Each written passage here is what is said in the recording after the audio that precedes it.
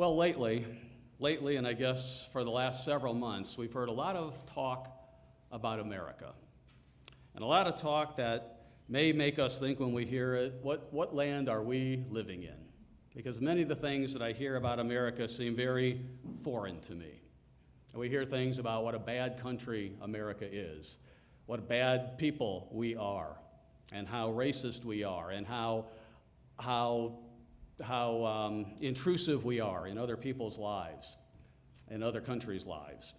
And I look around and I certainly, I understand that America has made a lot of mistakes, as any nation has made mistakes in its time. But I look around America and I think, well, there's a lot of good that America has done too. There has been no nation on earth that has been more generous than America. There's no nation that has ever done as much for other countries of the world as America. There's no nation on earth that has provided a livelihood and an opportunity for people to grow and develop their potential like America. There's a lot of good that America has done, even though there's a lot of wrong that America has done. And we could all sit here and list all the faults of America, but we could go to any government and any nation in the world, any of them, and I dare say we would find even more faults with that nation and maybe less good things that they have done and nations that have been less of a benefit to the world. So this week, as we have Thanksgiving, and I've, listened to the news like you listen to the news, and, I hear media and governors around the country saying, forget Thanksgiving this year, stay home, don't celebrate, don't gather with people. It's a totally foreign time that we live in. Who would have thought a year ago as Thanksgiving was coming that we would be hearing, don't congregate with other people, just stay at home with your people, make sure that you're there, and kind of putting fear in the minds of people about even this holiday, which is supposed to be a time that people stop and thank God for the blessings that we've had in this country. But it's the times that we live in. It's the times that we live in. There's never been a time like the time we live in now. There probably will never be a time like the times that we lived in leading up to this time. I mean, in the decades and centuries of this country that we've enjoyed in the past, like now. And we look to a future that's very uncertain and looks very much, when you hear all the voices and all the hate and all the contempt on each side and all the different directions that people would like to see the country go in, a time that looks ahead that's very, very ominous in a way. And we look into the Bible and we see that an ominous future lies ahead for all of us. But this week is Thanksgiving. And this week, when on Thanksgiving, I'm going to choose to be very thankful and grateful to God for the opportunity that I've had to live in this country. Because with all of its faults and all of its problems, I tell you, there is no place else on earth I would rather have lived during my lifetime. I've had we've had the opportunity to travel to foreign nations during feast times. I've had a couple of my kids who have studied abroad, during college at other places, who thought, they'd very much like to live in this culture or that culture, and they come home. Now, we come home every time, and many of you who have traveled in foreign areas, you come back and you say, there's no place like America. As nice as some of these places might be, there is no place like America on the face of the earth today. And we as a people have a lot to be grateful for. And sometimes we just need to stop and think about what it is that God has given us and the opportunities that we've had to live in this land in this time. Frankly, I would not want to live at any other time in history. I would not want to live in any other country. I would not want to live under any other kingdom except God's kingdom that is yet to come than I do right now. I ran across I guess a slogan or a little thing on the internet, wasn't looking for it, and I thought, well, that's really clever, and I think it has to do with a group, and when I say a word, you'll know kind of what group it is that was kind of promoting itself, a band type thing that is no longer, I guess, in existence now. And I thought, well, that's kind of clever. We've heard a lot of talk the last 4 and 5 years about making America great again. Maybe it's time that we start, and I'd love to see some politician or someone stand up and say, let's make America grateful again. And I checked it, and it's not copyrighted, so I can say that. But maybe it's time for America and everyone in America, on both sides of the fence, and the fences are getting higher and higher, the wall between, to stop and think about what we've had and what's been worked in this country, to maybe think about God and what he's given us in this country, and stop thinking all about ourselves and what the power is that we want, or the things that we want, or how things get done our way. Maybe it's time that someone stands up and says, be grateful for what you have. Start thinking about the positive, and let's not hear about all these other things, because frankly, you don't even know where you're planning to take this. You know, sometimes when we hear about some of the things that are going on. So this time I'm going to pause. I'm going to be thankful, and I'm going to be grateful to God for the fact that I've lived in this country during this time in my lifetime. Because you know what? I don't know what next Thanksgiving will be. I don't know that we'll ever have an America that was the way it was up until the time this Thanksgiving. It may be a far different Thanksgiving next year than it was this year from what we had last year. I don't think anyone would have seen, you know, in 1 year's time, the bitterness, the animosity, the violence, everything that you name that has become part of this country. And it doesn't look like it's going away. Who knows what next year will bring? Only God knows what next year will bring. But I'm very grateful to have been here. I want to talk about just a few things today, and you know, I could talk about the things. It's been nice to have, you know, a land that we live in and all the blessings that God's given us. We could list the fact that, you know, we haven't had famines, that none of us have really, I don't think, ever had a day of involuntary hunger. I don't think we have involuntary, want for anything. We live in a land that we have just been richly blessed. We have homes, we have cars, we have grocery stores, we have clothes, we have everything. Even those who may say they have been underprivileged in some areas still have a lot, and a lot more than they would be if they were living in another country. And we need to stop and think of that, and a lot more than people all in the 6,000 years of mankind's history have had before us. We live in a blessed time, and even though I may not say it over and over and over again, I know and you know it's because of God's blessing on this country that we live the way we do. So we could talk about all the physical blessings, but there's something at the core of all of it that we need to remember and be very thankful for. There's one word, you know, and that word is liberty. Liberty. Because it's the liberty that this country brought to the world. A new concept, because all the thousands of years before America came and that Constitution was set up, it was a world that was dominated by monarchies, tyrannies, kings who lorded it over people. None of us appreciate that, and no one alive today knows what it's like in America. Now, maybe people in Russia, maybe people in China, maybe people in some other parts of the world, like North Korea, they understand what it's like to have a dictator and a king who tells you what you're going to do, when you're going to do it, where you're going to work, what you're going to worship, how your life is going to be. None of us have any clue what that's like, because we've lived in a land that was an experiment, if you will, and I believe blessed by God, where liberty was part of the foundation of this country. It was something that hadn't been tried before, and it literally changed the world. Before that, you had thousands of years of kings who would tell you, you know, basically they wanted to be worshipped, right? If you're going to worship something, worship me. It was all about power. It's all about what they want. It's all about what they did.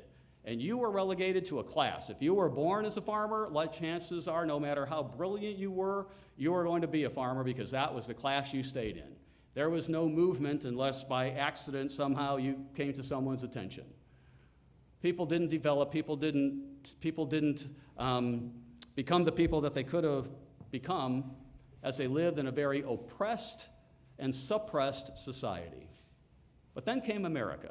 Let me read you a transcript or a section here from a book by the name of The Age of Democratic Revolution. It was written by R.R. Palmer. He says, there is little doubt that the American Revolution of the 1770s and the formation of a republic in the 1780s served as a profound example to all European observers. Hundreds of books, pamphlets, and public lectures analyzed, romanticized, and criticized the American rebellion against Great Britain. American independence fired the imagination of aristocrats who were unsure of their status, while at the same time giving the promise of ever greater equality to the common man. The American example served as a great lesson. Tyranny could be challenged. Man did have inalienable rights. New governments could be constructed. The American example then shed a brilliant light. As one French observer remarked in 1789, this vast continent, which the seas surround, will soon change Europe and the universe. And indeed, it did. It swept. Liberty was the key word during that time. The world was changing. They saw what was happening in America, and people around the world began to look at it and say, why not us? Why does one man who happened to have a birthright or a birth order or a birth claim on a throne have the right to tell us what we're going to do and relegate us to his thoughts, his ideas, his will? Is that what life was all about? Well, for billions of people who lived, that's what life was about until the 1800s, the 1900s, and the 21st century. And this country led the way in it. None of us, absolutely none of us, understand, and I mean none of us in this room and no one in this country today, maybe some of those who emigrated from, Cuba, maybe some of those from some of the socialist countries, maybe some of them from the communist countries, understand what it's like to live under that regime. No one that was born in America understands that at all. And I dare say if they did, and if they talked to some people, well, they would say, you don't want to live there. You don't want to live there. For all of America's problems, there's so many people who want to live here, so many people who want to live here that we have problems even in that area. But as America began to emerge, the country began to emerge, things began to explode. Again, don't discount God's blessing. I'm not ignoring that. But things began to explode in America. All of a sudden, you had a country that was producing. You had a people that people were emigrating to. You had a people that could come over and they could develop their talents. They could get an education. They could do things that they never thought they could do. My own grandfather on my father's side, why did he leave Hungary, Austria, or their Eastern Europe where he left? He left his family behind and came all the way over here just for the opportunity to get out of the kingdom that he was in there with a new one coming into power, because he didn't want to live under that austerity and learn a new language that was going to be pushed down their throats, or for some other reasons as well. And he got over here, and he didn't become an elite. He didn't go to college, but you know what? His life was so much better here than it was over where he was before. And I look at, you look at the other people, so many of them could say that same thing. They left here, and then they came here. And they had a life. They had a life, and they could do things here that they could never have done before. Because liberty allows people to do things, to become something other than what they were born into. It is something that is a very positive thing. And the Constitution that our fathers framed, based on the Bible, it did begin a country that has resulted in the greatest, most wealthy nation the world has ever seen, progressively increasing to the point that we are today, where now we have so much, all we can do is talk negative things about it. Let me read a couple quotes here from some of our founding fathers on the Constitution and how it was put together, because it was put together on principles that the country does not espouse much today. In 1778, James Madison, who was the fourth president, said, "We have staked the whole future of American civilization, not upon the power of government, far from it. We have staked the future upon the capacity of each and all of us to govern ourselves, to sustain ourselves according to the 10 Commandments of God."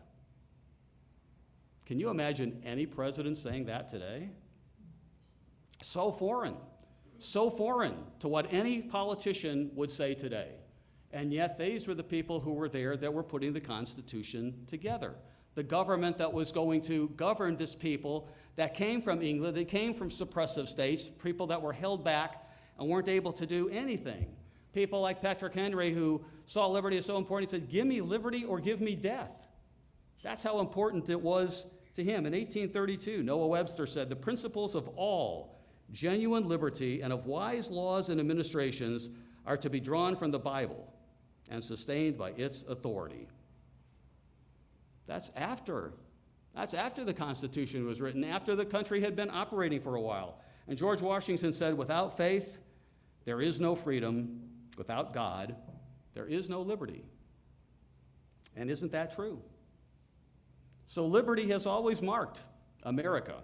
Liberty and the right to do things, taking the yoke off people so that they were free to develop their potential. Didn't happen in other countries. Didn't happen for 6,000 years.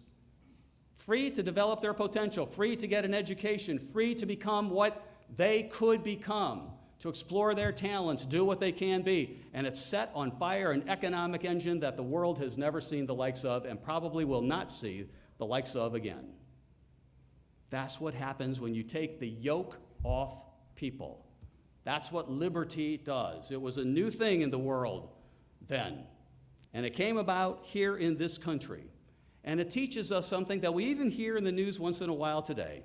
If you bound people by regulations and throttle them, everything just sort of stagnates. But when you allow commerce to go, when you take the yokes off of people and give them liberty, things can fly. God created all of us with talents. God created all of us with the ability to do things. In this land, in this country, in this time that you and I have been privileged to live in, we've had the opportunity to do that.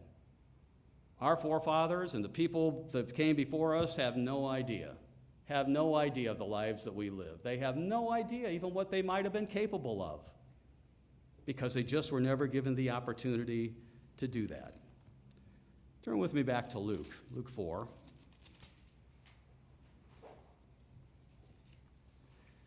Jesus Christ spoke of liberty when he stood up in the temple one day early in his ministry, and he talked about it. And when we go back and look at the chapter in Isaiah that he was quoting from, we see some of the principles and the results of what has happened in this land that I'm thankful that I've had the opportunity to live in.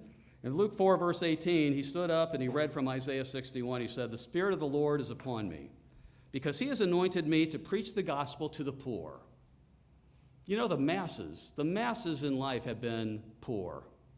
They've been suppressed. They have had to live life, from what I grow to what I eat. They haven't had the things that you and I have at our disposal. He's anointed me to preach the gospel to the poor, and of course that's speaking spiritually poor as well. He sent me to heal the brokenhearted. I wonder what it was like to live in the 1200s and the 1300s and the 1400s. I wonder what life would have been like. I wonder if I would have woken up in the morning and been happy to do the job I was doing. I wonder if I would have thought that's all it is and life was just a chore and you just kind of live and then die. And that's all it is. My job is to do this, and I have absolutely nothing I can progress into. He has sent me to heal the brokenhearted, to proclaim liberty to the captives. Now we know Jesus Christ is talking here about proclaiming liberty because sin is a yoke on us, correct? Isaiah 58 tells us, when in the fasting chapter, fast that the yoke can be taken off of you because sin holds us down. Sin suppresses us, so we can never realize the spiritual potential that God has for us when we remain sinners and when we sin. And of our own human selves, we don't have the power to take that yoke off. We are powerless against sin. We are powerless against Satan. It takes God's Holy Spirit for that to happen. And until that yoke is removed, until God, through his Spirit, takes that yoke off, we are people that are just floating through life. Maybe we're the presidents of company, maybe we're the presidents of nations, but we have absolutely no idea what our potential is. Because God has created potential in man, as we've been talking about in the Bible studies, that mankind doesn't even realize. You and I realize, but because he's opened our eyes and because we have let him, through his Holy Spirit, teach us, train us, lead us to repentance, take the yoke of sin off of us and realize we can't be captive to that anymore because it limits us and it will prevent us from becoming everything everyone we could become. He sent me, he says, to proclaim liberty to the captives and recovery of sight to the blind.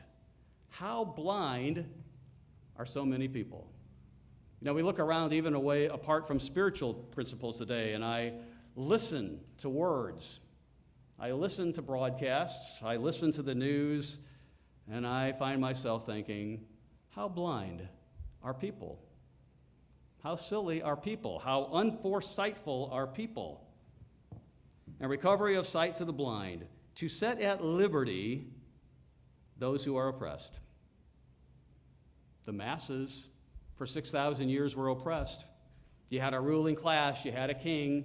Even those in his court that might have thought they've risen to the height of what they could become, they were oppressed. They couldn't say any words that they wanted to say. They had to make sure that everything they did, everything they thought, everything they said in private had to be right in line with what the king is, because the moment the king heard that you disagreed with him or had an opinion, off could come your head, there could go your position, and you're relegated back to whatever position in life you came from. That's the life they lived. Christ was well aware of it. To set at liberty those who are oppressed. And of course, he was speaking of it from a spiritual aspect as well. These people, they need to have sin. They need Satan away. They need to understand the future. They need to have their eyes open to what God has done and no longer oppressed, because God isn't a God of oppression. He's not a God of captives. He's a God of liberty. Jesus Christ said it twice. Three times in this, to set at liberty those who are oppressed, to proclaim the acceptable year of the Lord. He came to earth. He made that statement. He sat down, and people were astonished at his words. What did he mean by liberty? And what did he mean that today you've heard this fulfilled in my hearing, or in your hearing? Well, let's go back to Isaiah 61. From where he quoted. And you can read through verses 1 and 2 there and see that, exactly the same words that Jesus Christ read are exactly what's written there in Isaiah 61 and verses 1 and 2. But let's pick up the rest of verse 3. And remember, as people in those times when they would hear a portion of Scripture, they knew the Bible so well, the following scriptures just came into their minds. So these verses in 3 and 4 that we'll read, they understood when Christ read it that those followed. In verse 3 it says, he says in verse 3, that to comfort all who mourn, to console those who mourn in Zion, to give them beauty for ashes. I come to proclaim liberty to the captives. I come to set the oppressed free. They need to know what their potential is. They need to be able to do that. And then look what the words he uses here. I'm going to give them in this life. I'll give them beauty for ashes. Their life has been miserable. It'll be beautiful when they have true liberty. When they have true liberty, they'll have the oil of joy instead of mourning. It's a very positive thing, right? They'll have the garment of praise instead of the spirit of heaviness. That's a positive thing. That they may be called trees of righteousness, the planting of the Lord, that he may be glorified. And all we do to kind of remember, God is the one who blessed us. Our forefathers know that. Abraham Lincoln, you've heard that quote so many times, how Thanksgiving was even set up, and Abraham Lincoln fully understood the blessings we have in this country. There's no other explanation. It's not because we're so smart and we're so great. It's because God blessed this country, because of the obedience of Abraham and the promise that he made to him. And then look in verse 4, what happens as as the oppression is taken away, as people have the freedom to become what they need to become, to experience what God had created them to be, physically and spiritually, he's talking about here, of course, and they shall rebuild the old ruins. There's energy, there's a rebuilding that's going on, there's commerce, there's people interested in what's going on. They shall rebuild the old ruins. They shall raise up the former desolations. They shall repair the ruined cities, the desolations of many generations. You see energy, you see vibrance, you see commerce, you see people building, and you see people wanting to do that. When you take the yokes off, people begin to do things. When the yoke was taken off from all the tyrannies that dominated the world up until the 1700s, you begin to see building happen. You begin to see commerce. You begin to see economies. You begin to see people doing things that they never thought that they could do, and so they wanted to come to a place where they could develop and become who God wanted them to become, or who they thought they could become, in a free land where they could develop their potential. There was no place else on earth like this. That's why probably many of your ancestors came from wherever they came from, because they wanted to be in a land like this. That's why my grandfather came here. He didn't want to be where he was before. He wanted to be in this country. And so many like him, because there was and there is no place else on earth like this. And no matter what people say, and believe me, I can list the problems of this country too. Is it a morally strong country? Absolutely not. I can list from here for the rest of the day, if we wanted to, the faults in this country. But I'm telling you, even with all the faults, there is no place on earth like America today. No place else that I would rather live. Because when I take a look at the blessings that we have and the things that we've enjoyed, this is the place to be. This is the place to be. If we're looking at it realistically with wide open eyes, not a perfect place, certainly a place that's so much and has moved so far from what the country was in the 1718s and early 1900s. Can't defend that at all. Can't defend some of the things that I see happen with people. Not saying that at all, not saying everything is good, but if there's a place on earth, I would challenge anyone to tell me you would rather live anywhere else than here. So we have, this freedom that we've had, and we'll talk of a couple of concepts of freedom here. Where is it today? Do people in America still see freedom and liberty as a benefit, or is it just kind of one of those age-old concepts that now we've just taken for granted, and hey, we see these problems, and so we're going to focus in on that, and it must be the freedom, it must be the liberty that's caused the problems. Where is America today? Is there anyone in America saying today, give me liberty or give me death? For instance, is there anyone in America that's willing to give their lives, as the forefathers did, to have a nation that would be able to be where people could be, and the people rather than the king dictated what you do? That you would have freedom of speech, we'll talk about that. Freedom of religion, we'll talk about that. And in a land where that isn't happening, and a land where people have so far departed from God, is it even possible? Is it even possible for that liberty to be sustained? Because it wasn't until there was a constitution in a country that God blessed, a constitution that was based on the Bible and principles that people lived by in there. They may not have known the Sabbath, they may not have known the holy days, but they understood the moral principles of the Bible, and they abided by those. And the land was blessed, and people were able to live in liberty as they lived by those standards. Let me read from one of our forefathers here, John Adams. He said this. He said, "The only foundation of a free constitution is pure virtue. And this needs to be inspired into the people in a greater measure than they have it now." He said this in 1776. "They may change their rulers, and they may change their forms of government, but without virtue, they will not obtain a lasting liberty." Isn't that interesting that he would say that? If you have to live by some moral principles that people were living by then, were they living it perfectly? Absolutely not. Can we take exceptions out and say this person did this and this person did that? Absolutely we can, in any case that we do with human beings. But at that time, that was what was being espoused in America. Samuel Adams said this: "If virtue and knowledge are diffused among the people, they will never be enslaved." If they're disciplining themselves, if they're living by a standard that is the right standard, they won't be enslaved. They discipline themselves. This will be their great security. And Benjamin Franklin said, only a virtuous people are capable of freedom. As nations become corrupt and vicious, they have more need of masters.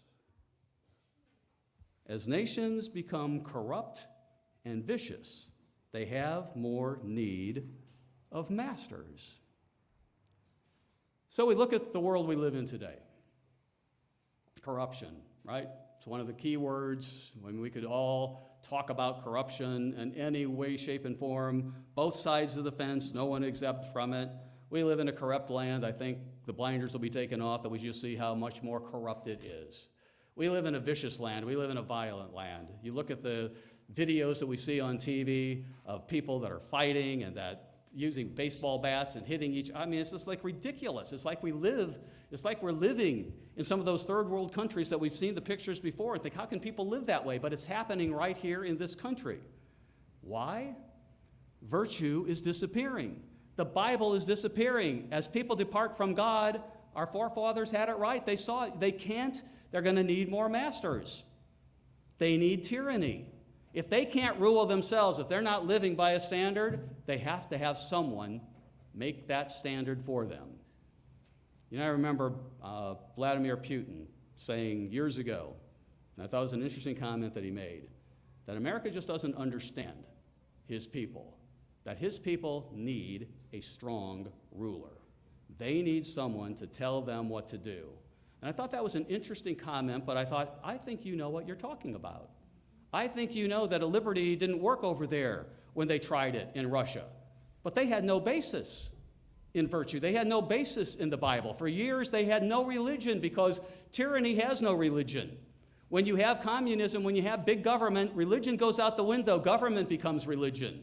And we see that in the Bible, right? All we have to do is look at Revelation 13. We see what's coming down the pike. A time where there will be a tyrant. And there will be a religious figure who dictates everything you do, everything you think, every Sabbath you keep. And if you don't comply and if you don't abide by that, then you're as good as dead. Because your life will be absolutely ridiculous.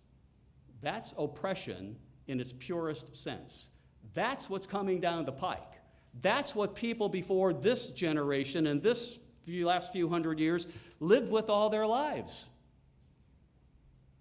This nation was founded on principles that you and I understand, and we understand much more about the Bible than Benjamin Franklin and John Adams and Samuel Adams and the other people that we quoted. We understand what liberty is. True liberty. They understand it in a physical sense. We understand it in a spiritual sense. We turned over to 2 Corinthians 3.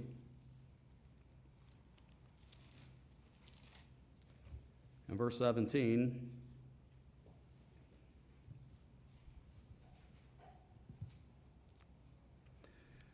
says, now the Lord is the Spirit, and where the Spirit of the Lord is, there is liberty. Where the Spirit of the Lord is, there is liberty. So you and I, we experience liberty, we understand it in a physical sense and in a spiritual sense. We get it. If God's Spirit is leading us and governing us, we don't need someone holding, something over our head day and night and saying, do this and do that and do this. We live that because we believe it, and it's become us. But in this land that is departing so far from God that it's unbelievable, actually, with some of the laws that have been enacted and some of the positions that people take, and you look at our morals and things that we couldn't even dreamt of 10 years ago would become the standard, and you could lose your job because you don't agree with this idea or that idea. Who would have ever thought that could have happened in America, or that America would ever even embrace some of those things? Yeah, when a time when people lose virtue, when they lose the concepts of what it is, tyranny is the only answer. Tyranny lies ahead. But this Thanksgiving, I'm going to be thankful, and I'm going to thank God a lot, that I've lived in this time and in a country that I had the liberty to do the things, because frankly, I've been able to do things here that I know I never would have been able to do if I were born in the 14, 15, 1600s. I have no idea what I would have been, but I know I wouldn't have been able to do what I did today. I know I wouldn't have been able to travel different places. I know I wouldn't have been able to progress through a career that I have.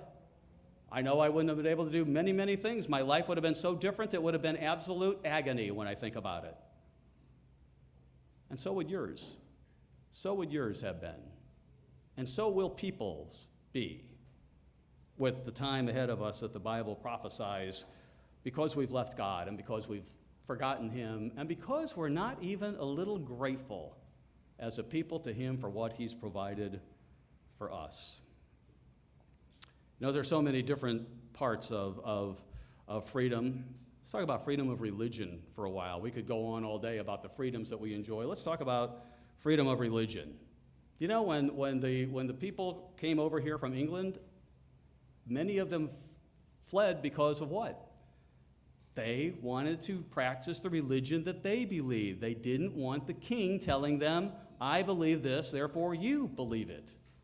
The Bible had been opened up. People could now read it on their own. There was a Protestant Reformation in Europe, and the Catholic Church was being exposed for what it is, that it wasn't teaching the Bible. And as people read the Bible, they wanted to live the way of the Bible. They couldn't do that in many of their countries because they were told, this is the way you believe. King believes it, therefore everyone believes it. And again, go back and read Revelation 13. That's what's ahead, because the world's going back to that. That's where it's been until religious freedom was part of this country. They knew what it was like, and they made sure as this country was built that it was going to, people could come and worship as they see fit. So today we have how many different religions in America? We have Catholics, we have Protestants, we have Muslim, we have Buddhists, we have atheists, we have every religion known to man here. And some of them flock, and some of them actually use the Constitution against us, you know, to have their religious beliefs. That's a whole other issue. But we can look at those things and we can say, you know, this has been a land that you and I have been able to do things we wouldn't have been able to do in the 1300s. You know, we've gone through some of the church history, and what have we read? If you believe the Bible and people found out, burned at the stake, beheaded, it wasn't tolerated. You know, you and I can come here every single Sabbath. You and I can talk to our neighbors about the Bible and what we believe. You and I can go to the Feast of Tabernacles in a free country. No one is heckling us. No one is threatening us. No one is persecuting us. It's our right because we live in this country. Couldn't have happened in any other country. Now, we have the opportunity to do that. Did God ordain this time? Yes, He did.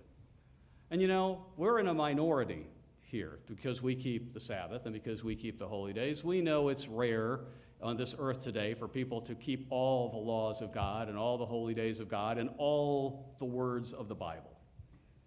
We're a rare commodity. You know, today we're still grouped in, you know, some people think, you know, we're Christians like everyone else. And no, there's a big difference between us and the world's Christianity. I hope we all realize that and remember that. You know, you can say you believe in Christ, but unless you're doing the things that Christ said, you're really not a follower of Christ. Everyone in this room, we follow, I hope, the principles that the Bible espouses. Others who say they believe in Jesus Christ don't. They do the opposite. And so as time goes on, we will see other churches who cave to the world around them. When difficulties arise and trials arise, they'll cave. And then our time will come. Our time will come, and people will say, you need to believe this. If you want your tax-exempt status, this is what you need to be preaching. You need to stop be preaching that. You know, we're not going to stop preaching what we preach. We're going to still preach the gospel of God as it is, no matter what comes from the government, no matter what comes from the world around us. Other churches won't, and there will be a distinction. And so when you read in Revelation about the beast power being drunk with the blood of the saints, It won't be everyone else today who says they're Christian. It'll be true Christians who say, I'm not bowing to the power of the state. I'm not going to have my beliefs and my faith and trust in God dictated by a man. And so we live in that. We live in a time that God has allowed us to do that. It is a blessing. I hope we all take that. And I hope this Thanksgiving we thank God for the fact that we've had the opportunity to live the way we have and worship the way that we do. You know, COVID has had a tremendous, tremendous negative effect on all of our lives. Tremendous negative effect. I mean, look at the arguments and look at the things that have occurred because of this. But I also look at the effect it's had on the Church of God. It's had some detrimental effects. It might have been a novelty back in March. It's not a novelty anymore. It can have some real detrimental effects on us if we don't watch what's going on in our attitudes. As we watch the news and we see governments continually attacking churches, you don't want to be in church gatherings because that's where the virus spreads. You hear that every time, right? That's always church groups, and they're always on the news. It isn't anything to be taken lightly. It's not a coincidence. There will come a time where there won't be, where it'll be, church. We might find a time in the not too future that it's like church services can't be. If it's not church services, it's singing. That's the other thing that's always attacked. And I heard that this week about Thanksgiving, and even in another state, in another state out west where a pastor is, the edict has come out.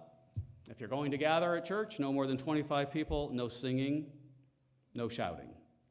It's like, well, how do you do that? How do you not have any singing at all? Because it's always something about the worship of God that's behind it. COVID has been a very, very useful tool for people who are into big government. COVID is a very, very useful tool.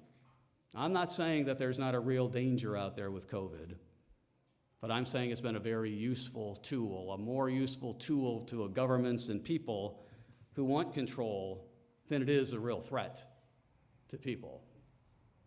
My opinion. But God, when He created us to be free moral agents. God could have been a very austere God and said, to everyone. He could have told to Adam and Eve when they made the choice to take the tree of the knowledge of good and evil, He could have struck them dead right then. He could have created another group of human beings, and every time they took of the tree of the knowledge of good and evil, just strike them dead. Did He do that? No. Right in the Garden of Eden, He gave them choice. They knew who He was, and He said, I want you to take of the tree of life, and hey, if you take of the tree of the knowledge of good and evil, this is what your life's going to be like. He didn't dictate it. He doesn't make any of us. None of us are sitting here today because God made us be here. No one has held a stick over your head or a gun to your head and said, you have to be here. It's because we want to be here, because we know the truth. Deuteronomy 30, you see that in God's Word. And so when this country built in religious freedom, people were free moral agents. They didn't have to live. They didn't have to worship the way the king worshiped. They could worship according to their hearts and what their choice was. Deuteronomy 30, verse 19 says, I call heaven and earth as witnesses today against you. I've set before you life and death, blessing and cursing. This is a hallmark verse. I think one of the key verses in the Bible. I've set before you, I give you a choice. I've opened your mind to it, but you choose. Life or death, blessing and cursing. And He coaxes us, urges us, choose life, that both you and your descendants may live. Choose it. Don't choose your way. If you really want life, if you want to realize the potential you've got, choose life. But if you choose the other way, that's your prerogative. Over in Joshua 24, Joshua 24 and verse 15, as Joshua is about to relinquish his time as leader of Israel, he tells Israel the same thing we just read, but in even more blunt words. 15, if it seems evil to you to serve the eternal, if that's not what you want to do, if you think, I don't want to do God's way, I don't want to follow His principles. Israel, if that's what you choose, if it seems evil to you to serve the Lord, choose for yourselves this day who you will serve, whether the gods which your fathers served that were on the other side of the river, or the gods of the Amorites, in whose land you dwell. But as for me and my house, we will serve the Lord." He told them, if you don't like it, don't do it. I'm not going to hold a hammer to your head. I'm not your king that says you must do that or I'm going to lop your head off. God made us all as free moral agents. In John 1, as Jesus Christ was born into the Jewish nation, flesh and blood, to his own people who were the people of God, who were in their minds keeping God's word the way that he had written it. In John 1, verse 11, it says, Christ came to his own. He was born into his own nation. It wasn't as if he was born into some foreign nation that had no idea who God was or the principles of the Bible. He came to his own, but his own didn't receive him. Did he make a pronouncement on them at that time? You're all dead? I'm gonna just absolutely get rid of all of you? No. It was their choice. They didn't follow him. He still died for them, still died for you and me. But verse 12, but as many as did receive him, like you and I did, because everyone that God calls has a choice. I will follow, or I'll just go on with my life the way it was. Too hard to keep a Sabbath, too hard to keep holy days, too hard to do these things. Why would I do it? Some people think. But as many as received him, to him, look, he gave them the right to become children of God. Look at the potential. Look what was opened up to them. Things they would have never known. They gave them the right to become children of God to those who believe in his name. And so we live. We live in a time that we've been very blessed to live in. Our lives would have been so different if we were called and had the same belief, and I dare say probably even a more strong and firm belief to live in times before us, that we would have happen whatever would happen to us. In Romans 14,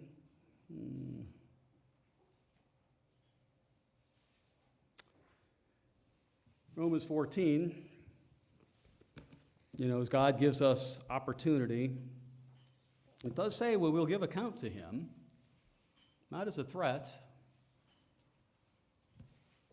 What we do with our lives, how we live them, we will give account to God.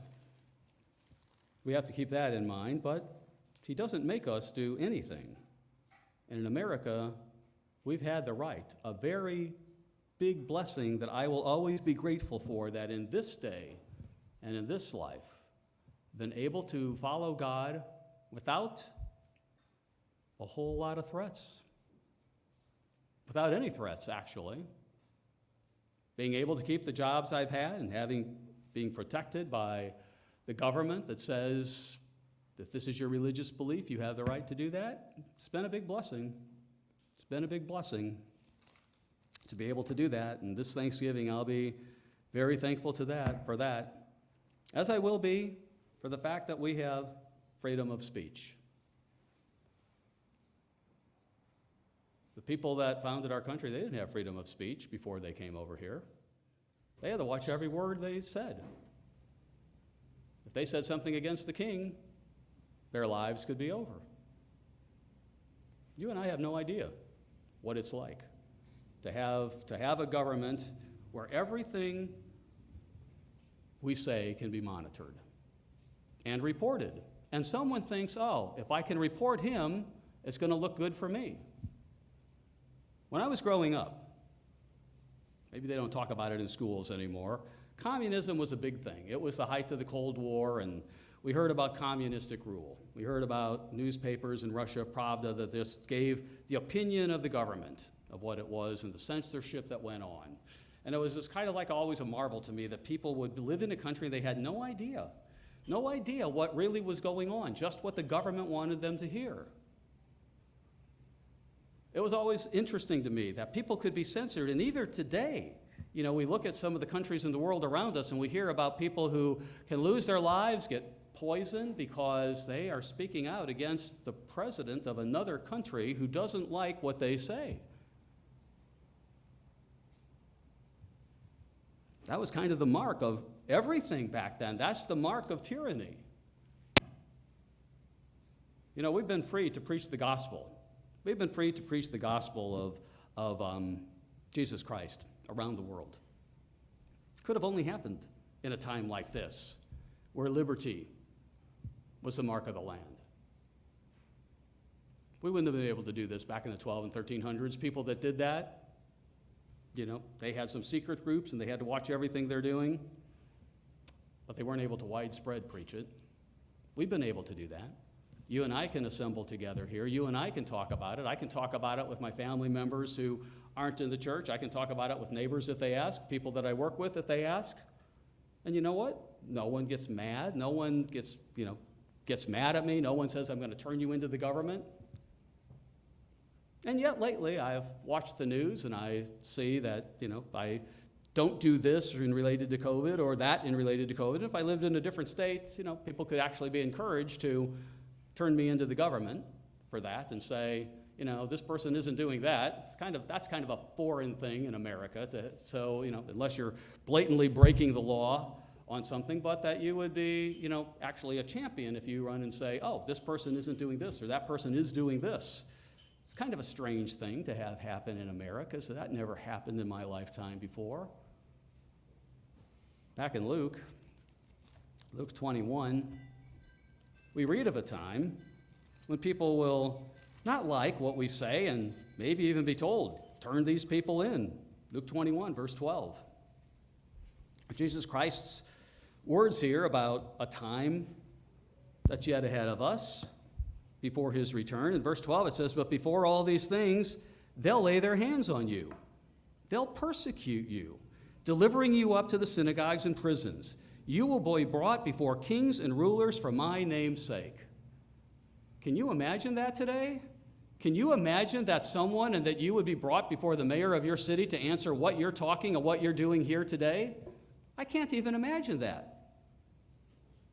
But somewhere down the road, we may be living it. Down in verse 16, it says, you'll be betrayed. You know what betrayed means? That means someone's going to hear what you say and they're going to go run and tell someone else that's in authority. You will be betrayed even by parents and brothers because of what you believe, because of what you say. Government doesn't like what you say. Google doesn't like what you say. Twitter doesn't like what you say. We have to censor this. This can't go out anyplace. You'll be betrayed even by parents and teachers, relatives and friends, and they will put some of you to death. Hard to even fathom. Not if I was alive in the 12, 13, 14, 1500s, it's not hard to fathom. Hard to fathom today, looking at the direction of what's going on. This Thanksgiving, we find ourselves at a crossroad. What will it be like next Thanksgiving? It's far different this year than it was last year. The world has come a long way. What will it be like? Now, when will freedom of speech end? Because it will end. Now, what the Church of God teaches will stop. The Bible prophesies that back in the book of Amos. Amos 8. In verse 11, God says, behold, the days are coming that I will send a famine on the land, not a famine of bread or a thirst for water, but of hearing the words of the Eternal. They're not going to be able to find it. It's going to be shut down. Maybe Google will shut it down. Maybe all the governments will shut it down. They shall wander from sea to sea and from north to east. They shall run to and fro, seeking the word of the Lord, but they will not find it. Today, in any country in the world, you can find it. Time coming, that freedom disappears. That liberty disappears. So today, just a few days before Thanksgiving, where are we? You know, I'm going to take the time, as I said, I'm going to take the time for having lived in the America that was, and all the opportunities that it has provided physically and spiritually to live the life I've lived and that you've lived. And we should be very thankful to God for the time we've had and the opportunities we've had and the blessings that we've had. It is because of him, not because of any of us or our goodness. To him goes all the glory always. I'll also have my eyes looking ahead because I see the handwriting on the wall. I see the handwriting on the wall, and I'll also be thankful to God that no matter what comes in the future, I know he will see us through. I know that he will provide the way. I know that he will provide the strength. I trust him to do what he said, and we will follow him no matter what comes our way. So let's be thankful. Let's be thankful for the times that we had. You know, let's look back at America and be grateful to God for that. Let's be grateful to him for everything. And as the Bible says, in everything, give thanks.